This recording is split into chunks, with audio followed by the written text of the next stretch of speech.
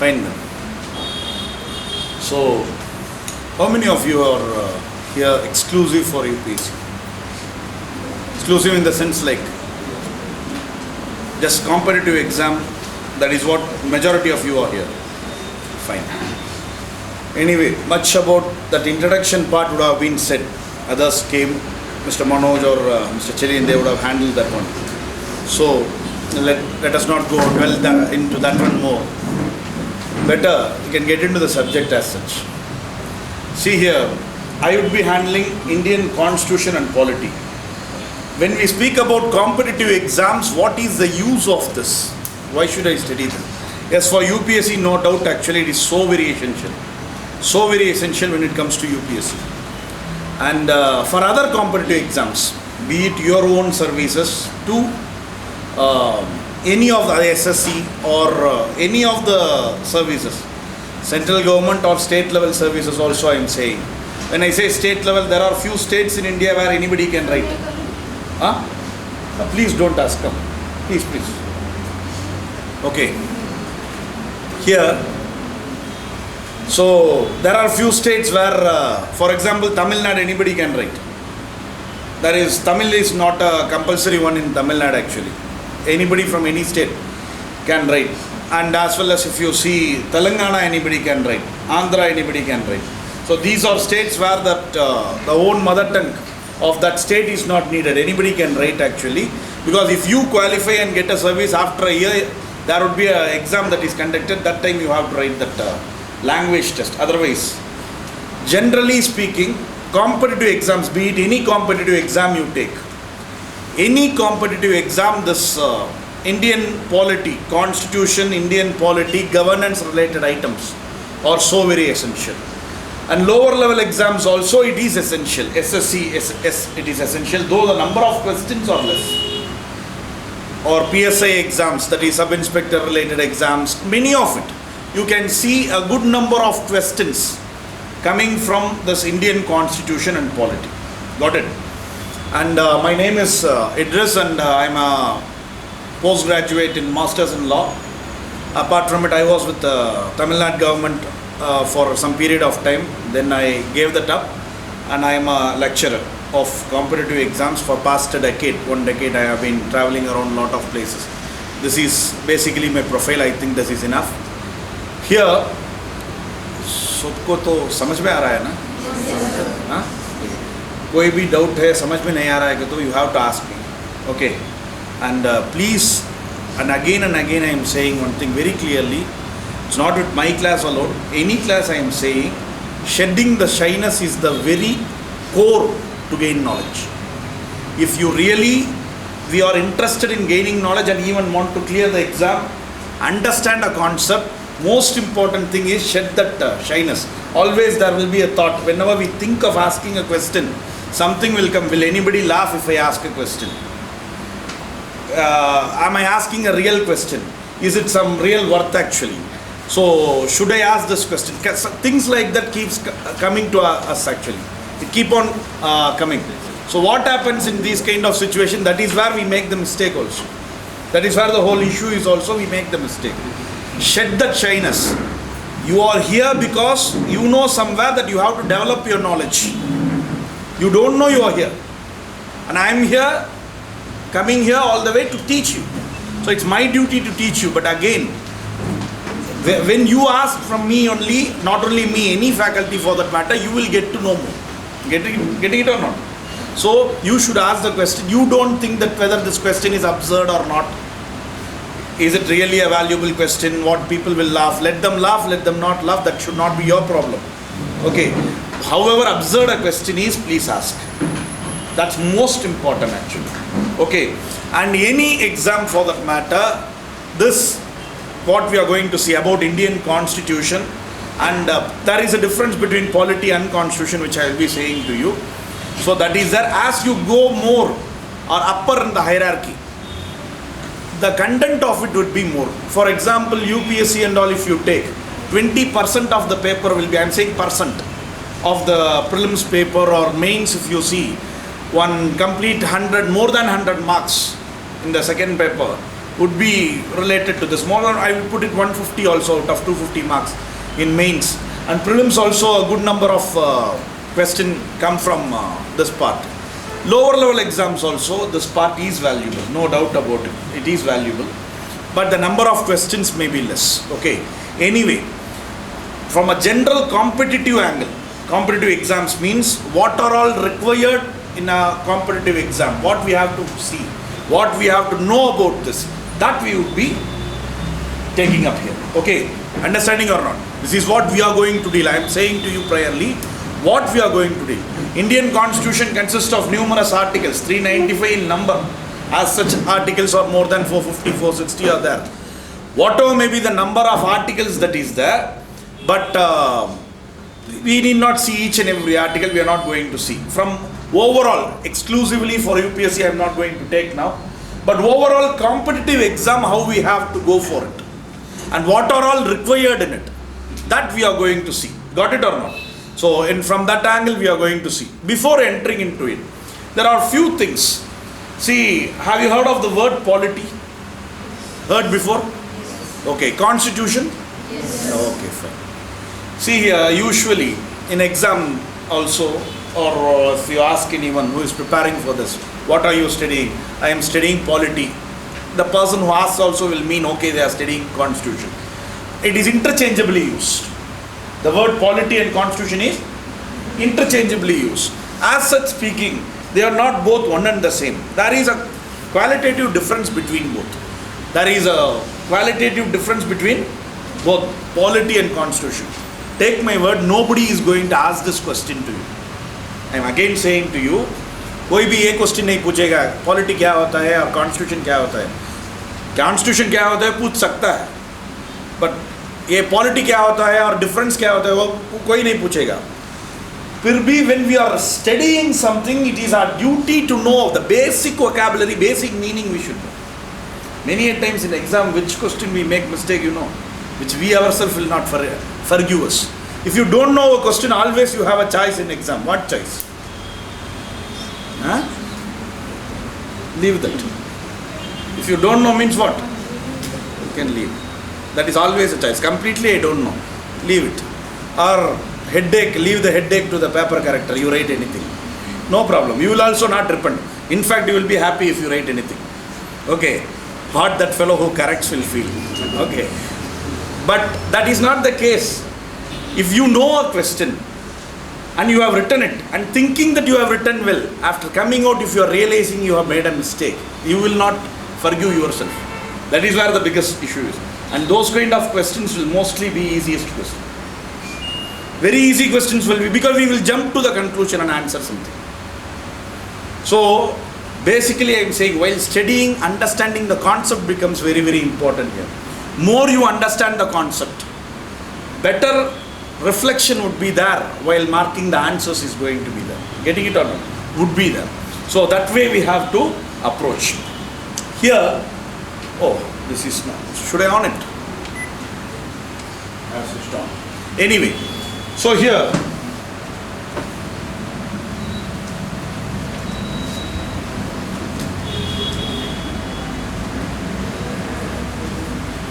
an example if you see here, just an example I am saying. This is with regard to UPSC. This need not write and all. This is with regard to UPSC. You see, out of 100 questions, how many questions have been asked in past years? This is simply a record actually. See, out of 100 questions, so this year 2020 also if you see, 18 questions have been asked. So the 18% of questions out of 100 questions I am saying in prelims alone UPSC asked. Lower level exams, yes, good number of questions are asked. Particularly state services, very good number of questions are asked. State services and all. So this part is very, very essential. For any competitive exam, you shall be knowing about it. SSCS, first stage alone they are asking. Some little question under general awareness in SSC it comes. But in other exams, state level exams, good number of questions comes. Okay. So you shall be aware of this one. We are going to have an overview of things. Not the entire in-depth complete UPSC related, we are not going to go, because I personally feel that is not greatly needed when you are here for a general competitive approach. So we have to stress on those areas where it is very, very important. Got it? So those areas we are going to see. Before entering into it, see, generally I am saying, what is polity? Basic difference we shall be knowing. We interchangeably use the word polity and constitution. When we interchangeably use, we shall be knowing actually, first of all, there is a difference between it. So polity, when you see, polity means it is something that deals with a form of a government. What polity a government, a state is having, a form of government, what kind of a government, what form of government is there. Describing about the form of the government, the powers, functions and limitations of the government. That gets it to be called as polity. Polity means this one. See, this many a books you won't find it, though nobody is going to ask this question to you. I am pretty sure about it. But for our understanding, it is good. If you want to write it, you are free to write it down.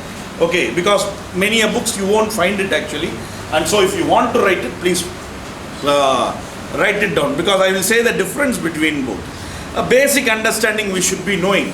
So polity generally means, polity deals with form of government, that government's function, powers, limitations. This is generally what we understand as polity. Getting it or not? Similarly, what is constitution? See, constitution, when we say, constitution is for this constitution or polity, any book have you got before? Any book have you people got before? For any competitive exam as such? Even in GK books, if you see, there would be a topic like constitution, polity in GK books. There would be a few pages allocated for it. Any GK book, I'd say. Okay. See, I personally used to say to people that they buy a book actually. Anyway, towards the end I will say that one. Now go on with this. So polity means form of government, its functions, powers, limitations. What is this constitution means? See, constitution is that basic fundamental document, fundamental book with which the state is, the government itself is formed. What are the three organs of the government? Good. Judiciary, executive. Huh? Tell me.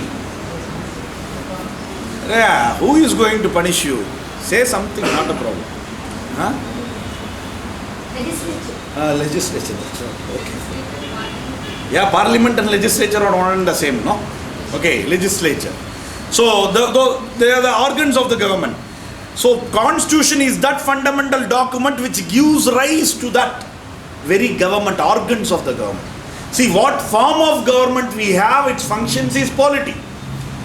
Constitution is that very fundamental document which gives rise to, which constitutes a state and it governs it. So a state in which a government is there, all the organs of government come into existence out of constitution. Getting it or not? So constitution is that basic document with which the organs of the government are. See, how government is functioning is polity. Listen to me. How government is functioning is polity. The forming of the government. Government means it consists of three, organs we saw or not. When I say three organs, one is above, one is below, that is not the case. Listen very carefully here. When I say organ means, we call it even organs, parallelly important items. It is not one is more important, one is less important. No, not like that. It's not an hierarchical setup. It is parallelly important. Understanding or not? So it is one, you cannot differentiate between them. All the three are core. All the three are important. In fact, the dynamics between them, we call it as government itself. Dynamics means the movement between them. तीनों में एक ऊपर एक नीचे वैसा नहीं है. So parallelly important. Getting it or not? Okay. Whether kidney is important or liver is important. Both kidney gaya, liver gaya bhi gaya. But little amount of liver, it will grow. Liver is an organ which can grow. Cirrhosis comes, they will cut it off. Okay. but it can grow. Liver is an organ which can grow, but it takes time. So here, it's these three organs are the core of this constitution gives this. What is legislature? What is judiciary? What is executive? It says that. It speaks about the functions of it. How they act is polity. Getting it or not? Constitution gives rise. How they act is polity. Okay, that please keep it in mind. That's very, very important. And again, few items you write this one, and this is important. Few items again I will say, you also write. Indian Constitution. Below that definition type of thing, a body of fundamental principles according to which state is constituted or governed. You can also put it as ungoverned, not a problem. Indian Constitution is an organic document, which means it gives rise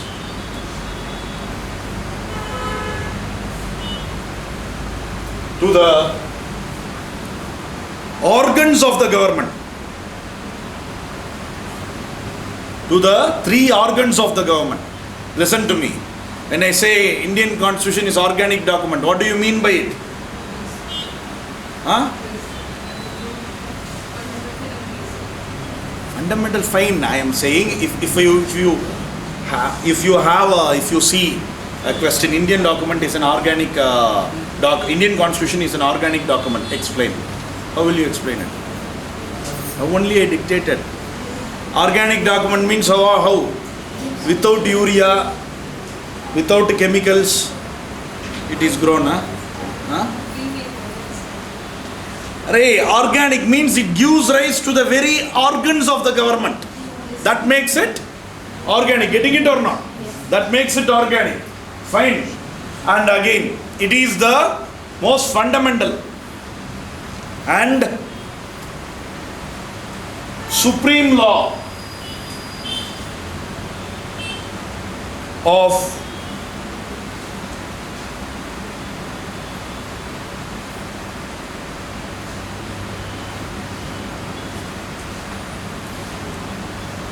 most fundamental and supreme law of the state.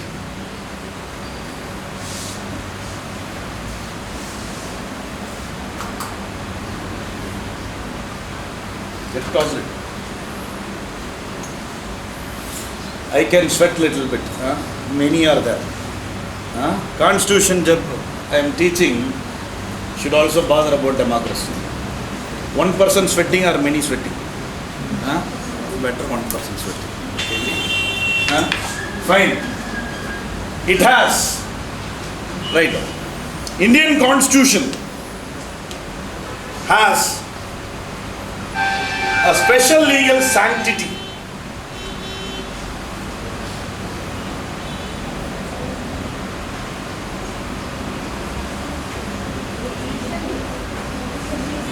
Special legal sanctity.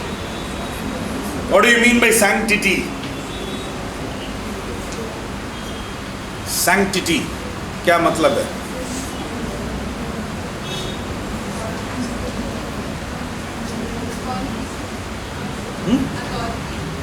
Not authority.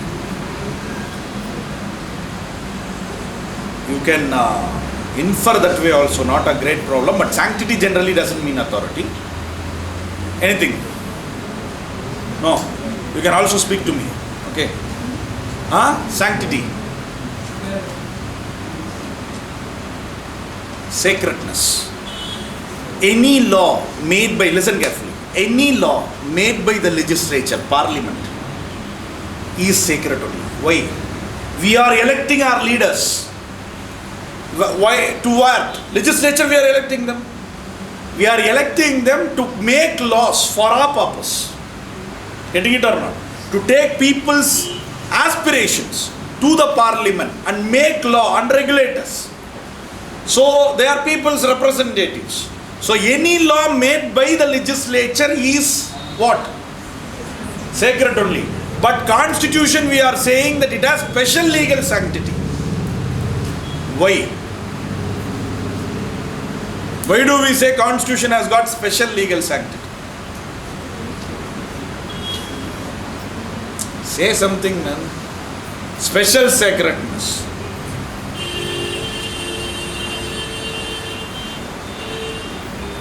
Any law we make, our representatives go to parliament, from there it is made. Okay? Constitution, how is it made? Constitution was made through Constituent Assembly. It was made through Constituent Assembly. Right from 1946 till 1949, a group of people were elected only for the purpose of writing the Constitution. And this 2 years, 11 months and 17 days they took to make this Constitution. If you see the preamble, how many have read the preamble at least once? I am not asking, read it or not? In school books also it will be there. Okay, it starts with what? I am saying only starting. We the people of India having solemnly resolved. We the people comes or not? So Constitution has got special legal sanctity because it emanates from people. It comes straight from people for that only purpose of making law. Our legislatures we have sent not for only purpose of making law. Yes, certainly in legislature they have to make law. Also they would be executives now. Getting it or not? A minister means he would be an executive too. Here, Constituent Assembly, only for the purpose of making law we had a group of people, and their sole aim was to make a constitution. So Constitution's authority comes from people. So we the people having solemnly resolved to constitute India into a socialist, secular, democratic republic, all sovereign, socialist, secular, democratic republic. And if you see the preamble, smartphone will work here or not? Will your smartphone work here? Take it. Take your smartphones. Take preamble there. Take preamble there.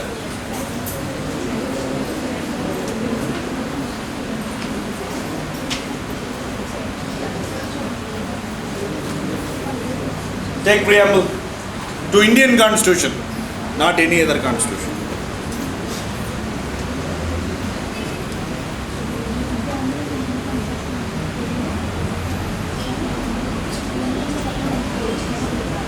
Is it there or not? Huh? It is very slow. Okay, fine. We have only digital India, not digital speed India. We have only now digital India. No speed digital India. That has to come.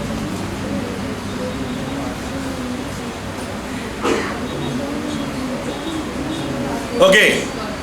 Got it or not?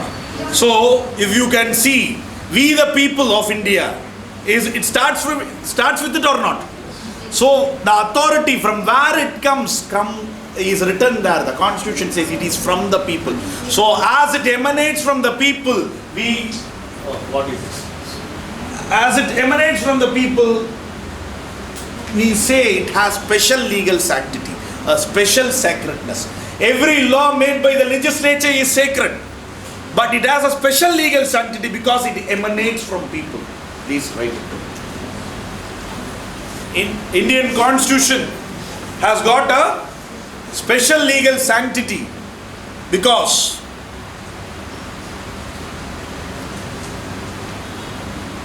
it emanates from people. The people are the source of this Constitution.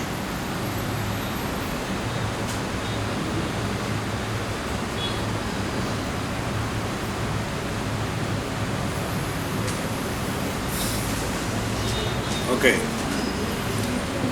Now, let's see the functions of Constitution. What functions do we have? What are the functions of Constitution? One, spells out ideology. Constitution spells out what ideology? What India should be, what kind of ideology India should have. What idea should have? Huh? Development. Democracy. Okay, fine. Idea means not alone democracy. If you see here, sovereign, socialist, secular, democratic republic. So there are good part of it. So that ideology is spelled out in the very constitution. Preamble itself you can see there are numerous articles which spell out that. Let us see about that later on. There are numerous articles which spell about that India being a sovereign state. India, how constitution wants to see India. India kaise hona chahiye. Who is the authority? If tomorrow I become Prime Minister, I should not say this is India. What I say will not be India. What anyone say cannot be India as long as we have a constitution which says what is India. That is what India should be. As long as the constitution is there, what constitution says India should be is what India is. It says that India shall be sovereign, socialist, secular, democratic republic. And that is what India is. Getting it or not? There are numerous articles in the constitution which spell out these ideas, ideology. And again, states the basic law, that is how executive, about legislature, about judiciary, lot of laws are there. Then structure of the government. See, for example, part 5 of Indian Constitution, if you see, articles 52 onwards, don't write that and all, just here enough. Structure of the government, you put it. When we teach, you can get to know. It says about union government. In the constitution, what is the structure of union government? Union executive, parliament. Then again about judiciary also, it would be there. Under part 5 of Indian Constitution. Similarly, part 6 if you see, state government. You see articles 238 to 241 speaks about union territory. See, union government structure, state government structure, then union territory structure. How union territories can be administered, who can administer, role of president in it, administrator or lieutenant governor's role in it. Getting it or not? So those all are stated where? 238 to 241 of Indian Constitution. So Indian Constitution spells out the structure of the government. Both the structure, central government, state government as well as union territory. Form of government, same democratic form of government, because that periodical elections it prescribes. Where people have the say. Same thing. Provision for amendment. There are multiple ways for amendment. Exclusively if you see. See, the constitution makers, law what we have, Indian Constitution, made by whom? Huh? People, fine. Yes, exactly, people only. Elected representatives. It is not sent by God. Do you agree with it or not? See, Vedas you take. Shruti. Shruti means what? Huh? What is Shruti? Girl name. Huh? No. Don't know any girl name. Array, what has been said by God? What has been heard as said by God, Shruti. So Shruti, when you say Veda, you say it is believed that sent by God. So it is infallible. That is, you cannot find fault in it. Quran you say, sent by God, you cannot find fault in it. Bible, Gospel, Word of God, you cannot find fault. These are religious scriptures. They do have laws also, morals. What is the core essence there? You cannot find fault in it. Why? And it is eternal. Getting it or not? It is eternal. Because God knows the past, present and future. So religious laws, religious made laws are by nature believed to be eternal. Got it? But Indian Constitution, the makers of the Indian Constitution did not make a constitution of that sort. They have made a constitution for the living people, and they have also made it so that times will change. As times change, yes, laws may also be needed to change. And how to change that law? See, if I come to power, I can change everything. You come to power, you change everything. That cannot also happen. So change should be there, but at the same time, change should also be not a restricted one. At the same time, not very lenient. Anybody comes, they change. A position should be there, a neutral position, where when needed, a change should be there. You take, for example, even when we got independence, women were not having right in property. When we got independence also, women were not having right in property.